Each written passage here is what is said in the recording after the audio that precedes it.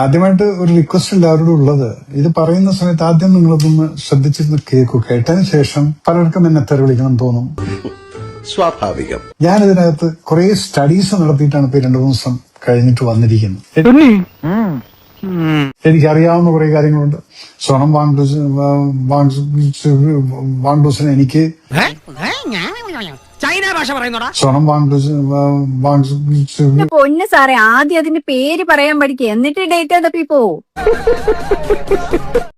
ബാക്കി വിവരക്കേട് കേട്ടെ. ഇപ്പൊ പോലും നിങ്ങൾ ഡൽഹിയിൽ നോക്കിക്കഴിഞ്ഞാൽ കേരളത്തിന്റെ പോലും ചില ആർട്ടിസ്റ്റുകളൊക്കെ അവിടെ പോയി നിന്നിട്ട് ഒച്ചമ്പളുണ്ട്. അവര് ബേസിക്കലി ഇവിടെ വലിയ പണിയൊന്നും ഇല്ല അവർക്ക്. അതെന്നാ വർത്താനം പറഞ്ഞു അവർക്കൊന്നും ഒരു പണിയില്ല.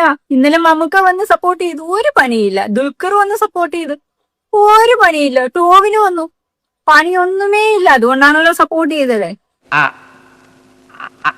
അതല്ല ഉദ്ദേശം. പുള്ളിയുടെ മെയിൻ പ്രോബ്ലം BJP ഭക്തി. രാജ്യസ്നേഹമൊന്നുമല്ല, BJP ഭക്തി. ചാണകം തലയ്ക്ക് കയറിയതാന്നാ തോന്നുന്നത്. ഇവനിപ്പോ ഇങ്ങനെ ഇവന്റെ സമനില ആകെ തകർന്നിരിക്കുക. മോദി ഗവൺമെന്റ് എന്ന് പറഞ്ഞിട്ട് ഒരു എക്സാമിനേഷൻ പേപ്പർ ലീക്കായി കഴിഞ്ഞാൽ അതിന്റെ പിറകില് മോദി ഗവൺമെന്റിനെ താഴ്ത്തൽ. ഇപ്പോഴത്തെ മുദ്രാവാക്യം എന്താണ്? നീ കൂടുതൽ വിശദീകരിച്ച് നാറാൻ നിൽക്കണ്ട. പണ്ട് അമേരിക്കയിൽ എന്താണ് സംഭവിച്ചത്? ഇവിടെയാണ് നമ്മൾ നാഷണലിസ്റ്റിക് വേ ഓഫ് തിങ്കിങ് തുടങ്ങിയിരിക്കുന്നത്. അമേരിക്കയിൽ നിന്ന് സോറോസിന്റെ ഫണ്ടിങ്. ഈ സോറോസ് എന്ന് പറയുന്ന വ്യക്തി ഏതാണ്? 40 ചെറിയ ചെറിയ രാഷ്ട്രങ്ങളെ ഇല്ലാതാക്കിയ വ്യക്തിയാണ്. ഈ നായിന്റെ മോനെ ഇനി ഞാൻ കൊന്നുകളയും. നീ എന്ത് പറഞ്ഞാലും എന്തിനാണ് അമേരിക്ക പോകുന്നത്? അത് പോട്ടടാ ലാബു. അല്ല പിന്നെ ഇവനെന്താ സായിപ്പ് ഉണ്ടാക്കിയത്? ഡൽഹിക്ക് നിങ്ങളൊരു പാർലമെന്റ് അറ്റാക്ക് നടത്താനൊക്കെ പോവുക എന്നൊക്കെ പറയുന്നത് നിങ്ങളെപ്പോഴുള്ള ഈ പീക്കരി പടകളെ കൊണ്ടൊന്നും നിങ്ങൾക്ക് സാധിക്കില്ല.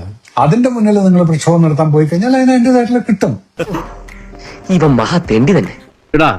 നിനക്കൊരു കത്തിയും കൂടി ഞാൻ വാങ്ങിക്കരുത്. ഇതിലും നല്ല തൊഴിലതാ. നന്നായിട്ട് വളർത്തിയിട്ട് ഒരു പെൺകുട്ടിയും ഒരു ആൺകുട്ടിയും അവിടെ ഇതുപോലുള്ള പ്രക്ഷോഭത്തിനായിട്ട് അവിടെ പോവില്ല. അവിടെ നിന്റെ തള്ളക്കാൻ വിളിക്കാത്തതേ നിനക്ക് തന്തയില്ലാത്തോണ്ടാ. ഇതിനെല്ലാം ശേഷം മോഹൻലാലിന്റെ മോളെ കുറിച്ച് ഇടിച്ചു താഴ്ത്തുകയാണോന്നറിയില്ല, ന്യായീകരിക്കുകയാണോന്നറിയില്ല. അങ്ങനെ പറഞ്ഞു.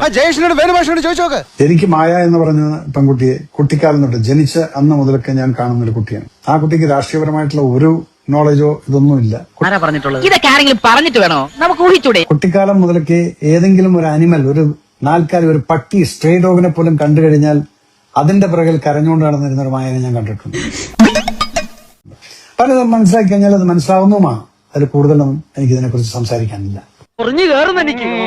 പ്രായപൂർത്തിയായ ഒരു പെൺകുട്ടിക്ക് അഭിപ്രായം പറയാൻ സ്വാതന്ത്ര്യമുണ്ട്. കാര്യമത് സത്യമാണെങ്കിലും എനിക്ക് അംഗീകരിച്ചു കൊടുക്കാൻ പറ്റുമോ? അത് കണ്ടപ്പോ പുള്ളിക്ക് ചൊറിച്ചില്. എമ്പുരാൻ ഇറങ്ങിയ സമയത്തും ഇതേ ചൊറിച്ചിലായിരുന്നു.